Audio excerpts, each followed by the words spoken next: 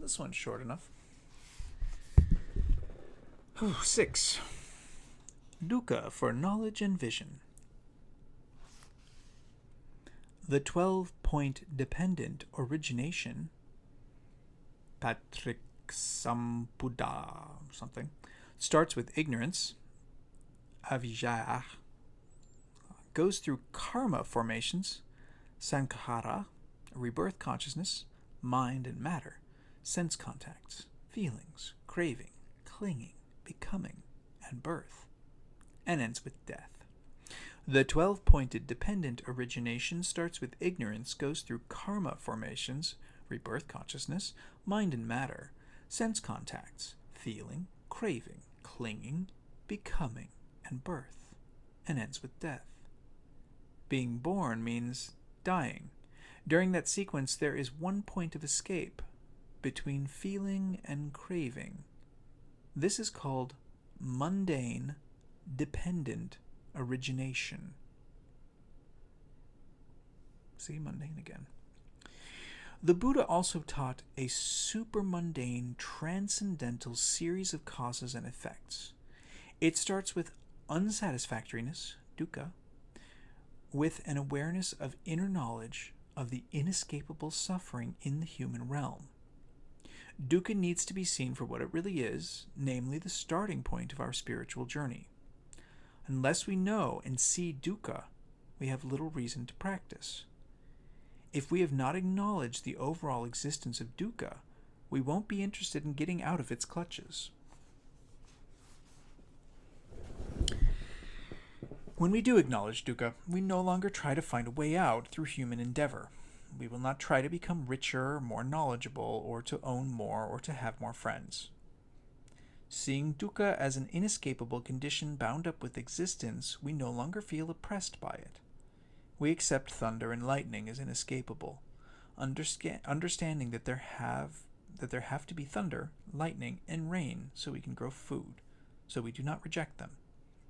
Dukkha is equally inescapable. Without it, the human condition would not exist.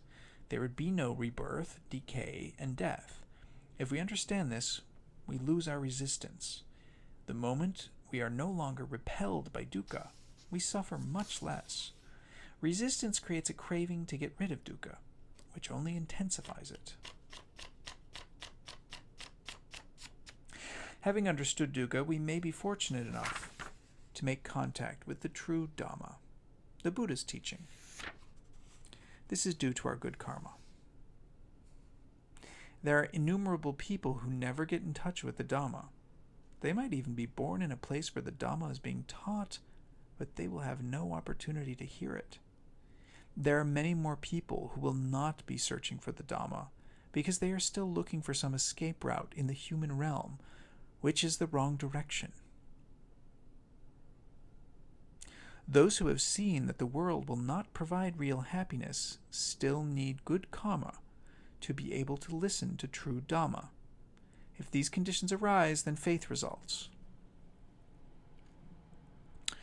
Faith has to be based on trust and confidence. If these are lacking, the path will not open.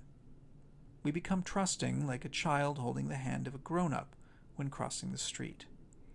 The child believes that the grown-up will be watching out for traffic so that no accident will happen. The small child does not have the capacity to gauge when it is safe to cross, but it trusts someone with greater experience.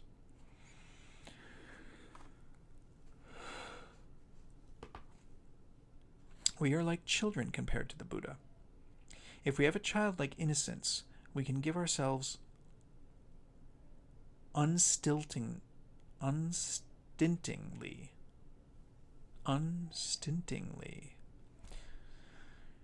If we have a childlike innocence, we can give ourselves unstintingly to the teachings and the practice, holding the hand of the true Dhamma that will guide us. Life and practice are simplified when we no longer judge and choose. I should go somewhere else to find out how others do it. Weighing all the possibilities is not conducive to good practice or getting out of dukkha, which is what I've been doing most of my life. Trust in the Dhamma helps to keep the mind steady. We have to find out for ourselves if this is the correct escape route.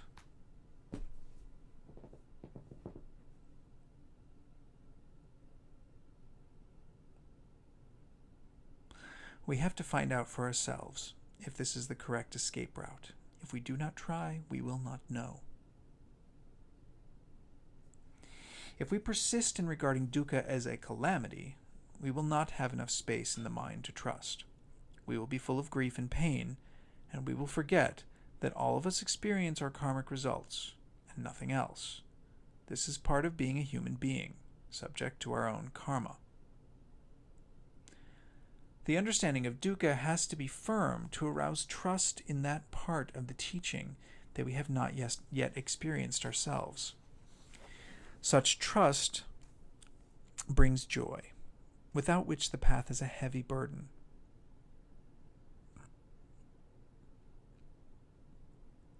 An essential ingredient of the spiritual life, joy is not to be mistaken for pleasure, exhilaration, or exuberance. Joy is a feeling of ease and gladness, knowing we have found a way that transcends all suffering. People sometimes have the mistaken idea that being holy or pious means having a sad face and walking around in a mournful way. Yet the Buddha is said never to have cried, and is usually depicted with a half smile on his face. Holiness does not mean sadness, but rather wholeness. Without joy there can be no wholeness. Inner joy carries with it the certainty that the path is blameless, the practice fruitful, and the conduct appropriate. We need to sit down to meditate with a joyous feeling. Then the whole experience of meditation will culminate in happiness. This brings us tranquility, for we no longer look around for outside satisfaction, but only into ourselves. There is nowhere to go and nothing to do. It is all happening within. Such tranquility creates the feeling of being in the right spot at the right time. It creates ease of mind and is conducive to eliminating skeptical doubt, which is one of the 5 hindrances. Tranquility helps concentration to arise. Dukkha itself can lead us to proper concentration if we understand it properly. We must not reject it. Take it to be a quirk of fate or blame other people for causing it. Right concentration makes it possible for the mind to stretch. The mind that is limited, obstructed, and defiled cannot grasp the profundity of the teaching. It may get an inkling that there is something extraordinary available, but it cannot go deep. Only a concentrated mind can. A concentrated mind may then experience knowledge and vision of things as they really are. A phrase that the Buddha often used to describe a kind of seeing that is distinct from seeing things as we think they are or as we want to see them. Comfortable and pleasant. Until now, we have gained a clear perception of our dislikes mainly when events have failed to support our ego belief, when we got what we did not want. In knowing and seeing things as they really are, we teach a deeper view. We come to see that within this realm of impermanence, unsatisfactoriness, and corelessness, nothing can be grasped and found to be solid and satisfying. No person, no possession, no thought, no feeling. Nothing can be clung to and found to be steady and supportive. This is right view, beyond our ordinary, everyday perception. It results from right concentration and comes from dealing with dukkha in a positive, welcoming way. When we try to escape from dukkha by either forgetting about it, running away from it, blaming it on someone else, becoming depressed by it, or feeling sorry for ourselves, we are creating more dukkha. All these methods are based on self-delusion. The knowledge and vision of things as they really are is the first step on the noble path of insight. Everything else can be the preliminary work.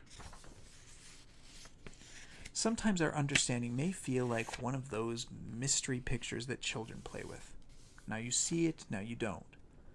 When any aspect of Dhamma is clearly visible to us, we must keep returning to that vision. If it is correct, dukkha has no sting. It just is. Decay, disease, and death do not appear fearful. There is nothing to fear because everything falls apart continually. This body disintegrates, and the mind changes every moment. Without knowledge and vision of reality, the practice is difficult. But after having this clear perception, the practice remains the only possible thing to do. Everything else is only tangential and distraction. From such knowledge arises disenchantment with what the world has to offer.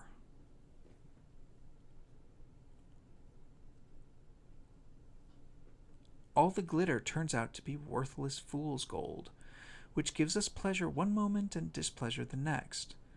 The world of the senses has so often fooled us, yet we remain enmeshed in it out of habit, and we will continue to experience dukkha until the true vision arises. There is a poster available in Australia that reads, "Life, be in it."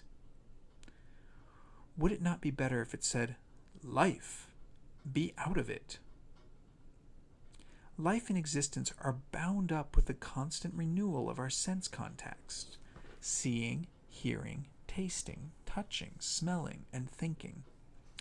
Only when we have clear perception will disenchantment set in. And then even the most wonderful sense contact will no longer entice us. Mara, the tempter, loses his grip, and we show him the door. He waits at the doorstep to slip in again at the first possible opportunity, of course, but he will never again be so comfortably ensconced within us. This clear perception brings a great deal of security and satisfaction to the heart. One will not be swayed to leave the path of practice. So long as Mara beckons, there can be no peace in the heart. We cannot be at ease and satisfied because something new always tempts us. With knowledge and vision of things as they really are and subsequent disenchantment, we realize that the Buddha's path leads us to tranquility, peace, and the end of dukkha. Dukkha is really our staunchest friend, our most faithful supporter. We will never find another friend or helpmate like it. If we see it correctly without resistance or rejection, when we use dukkha as our incentive for practice, gratitude and appreciation for it arises. This takes the sting out of our pain and transforms it into our most valuable experience.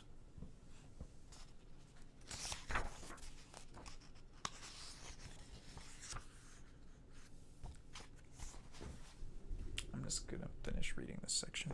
It's only 2 more pages. Or 3 or 4 or something. Malleable mind. In the Buddha's discourses, it is often said that the mind should become pliable, malleable, wieldy, and steadfast. How can a mind attain these attributes? The ordinary, untrained mind has a quality of stickiness. It keeps on remembering old hurts and resentments, comparing the past to the present, and hanging on to its dissatisfactions. We believe all the thoughts and projections that fill our minds. A mind like ours seems to have a fence around it, and within that enclosure all understanding takes place.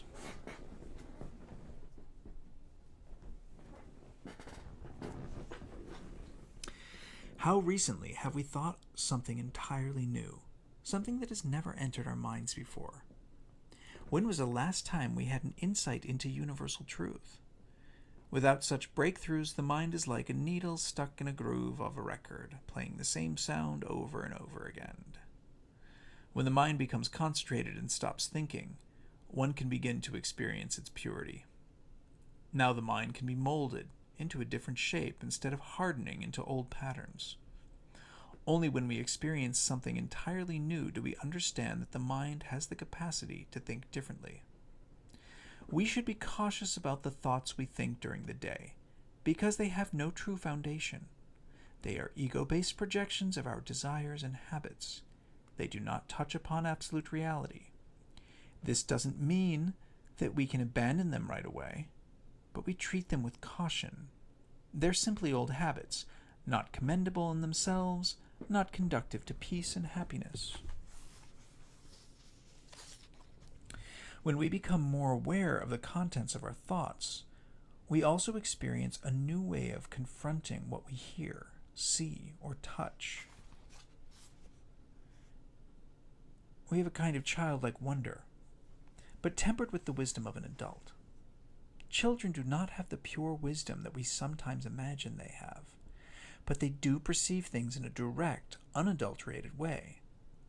Once we have become adults, we may still be able to perceive things the way a child does, as if we had never heard, seen, tasted, touched, or thought anything ever before.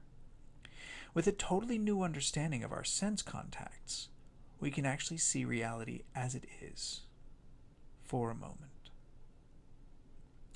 When we are alert and attentive, we see that our habit-ridden minds are immature and childish, not childlike.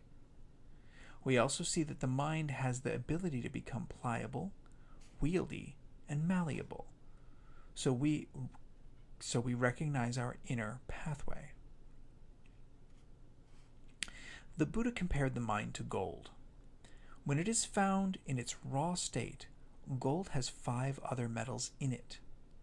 Those impurities make it brittle, so before the goldsmith can work with it, he must heat the gold and melt out those 5 impurities. When he has the pliable substance that he can fashion into any kind of ornament,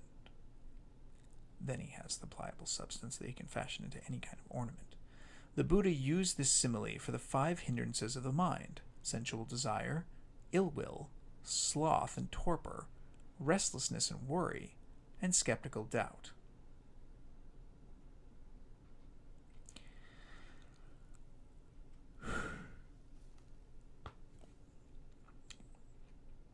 Our mind can bring us enlightenment, but only after it has rid itself of those hindrances and become like pure gold. Then we can experience total ease and harmony within ourselves and with the world around us. The meditation process will enable us to experience utterly different levels of consciousness from our ordinary mind states. The idea of non-self is far removed from all the ideas we usually have. If we hear about it often enough, we'll accept it on probation, but nothing much will happen within us unless we really practice. If we were to confront whatever arises as if we'd never seen or heard it before, then, only for one moment, and only if the mind is deeply concentrated, the old patterns vanish.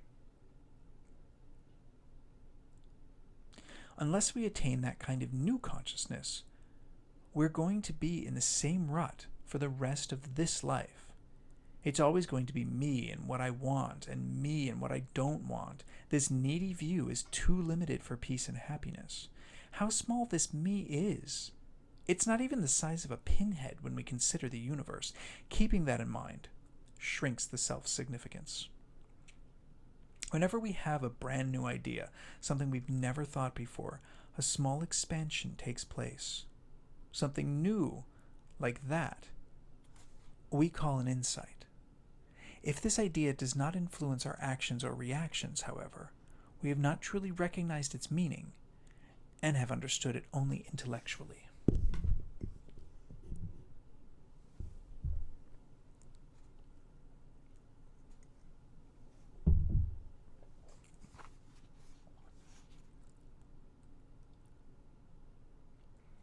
An expansive mind sees everything within a universal context without personal identification. Suffering, impermanence, and corelessness are all universal, as are craving and its resulting manifestations. When we remember this, the particulars of our own experience no longer have the same significance. The universality of all existence and the relative reality in which we live need to touch our hearts and minds. Until they do so, until we recognize and change our patterns of thinking and reacting, we can't enter new worlds of experience. A malleable mind is pliable, moves freely, and embraces everything. Whenever we notice some inner change in ourselves, we need to collect it repeatedly, so as to make it second nature. One such change is becoming less concerned with comforts, belongings, ideas, hopes, and wishes. We become more and more concerned with what we can give, how we can grow, and whether we are making wholesome karma. Investigating further, we can try letting go of being a separate person for a moment and instead feeling part of all that exists. As long as we are caught within the barrier of our own minds and bodies, we cannot find true happiness. Instead, we sit inside the prison of self, waiting for someone to unlock the door. Yet we ourselves hold the key.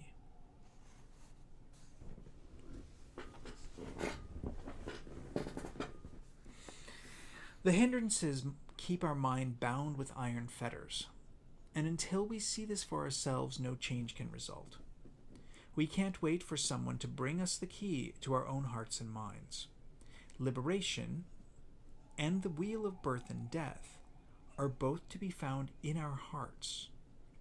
Sometimes when we have a moment of total letting go, when we are not concerned with ourselves at all, we may even experience an inkling of what nirvana means. A moment when the I is not important, when there is no particular thought pattern in mind, when there is just awareness and no desire. Perhaps we can actually know that the I is not what it appears to be and let it go. Giving oneself completely is difficult for most of us because we think we are losing ourselves. Actually, we gain everything. All spiritual teachings are agreed on that. Whatever we use as our personal identity constitutes our prison. Letting go is freedom. When we do experience a moment of letting go, we mistakenly think that this was due to a certain situation or person. But in reality, we experience freedom whenever we let go of what we're clinging to. Giving in and giving up are tiny lights at the end of the tunnel that let us know freedom is possible. Nirvana and samsara are to be found in our minds and hearts.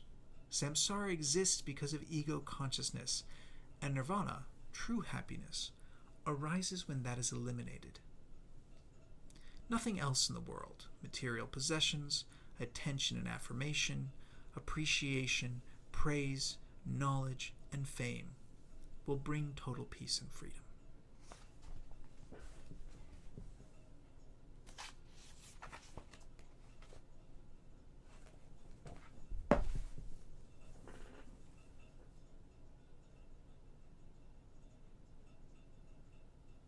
May you all feel love. May you all be free of suffering. May you all be filled with peace. May you all be happy.